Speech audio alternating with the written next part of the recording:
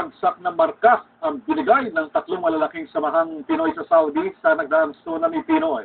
At bilang protesta, nilibing nilang litrato ng presidente. Yan ang palitang binalip ni Florante Catano.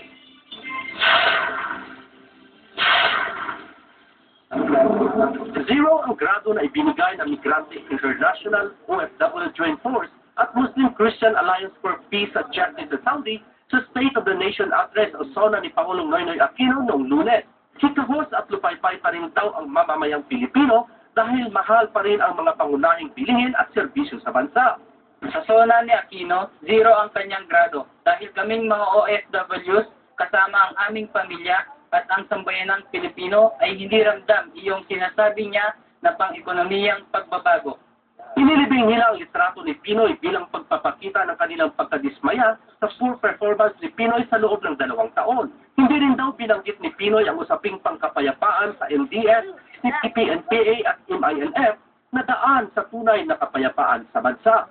Hinahamon ng Muslim Christian Alliance for Justice and Peace in the Philippines, Saudi Arabia, si Benigno Simeon Aquino III na manindigan sa kanyang pangako para sa kapayapaan.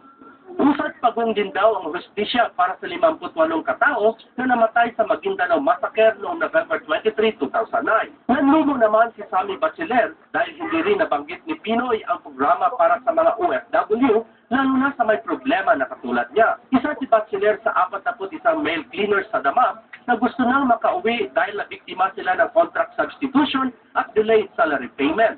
Sana po, Pangulong Aquino, tulungan niyo po kaming makauwi dahil hirap na po kami dito. Pero para kay Ronald Nicasio, administrator sa Alcobar, maraming nagawa naman daw si Pinoy para sa bansa. Ang mabibigay kong grado sa kanya ay out of 10 ay 7. Dahil marami naman siyang nagawang maganda para sa Pilipinas. And siguro mas maganda, hintayin natin matapos yung kanyang termino bago natin siya husgahan. Nagbabalita sa Middle East, Florante Catano, Alcobar, Saudi Arabia.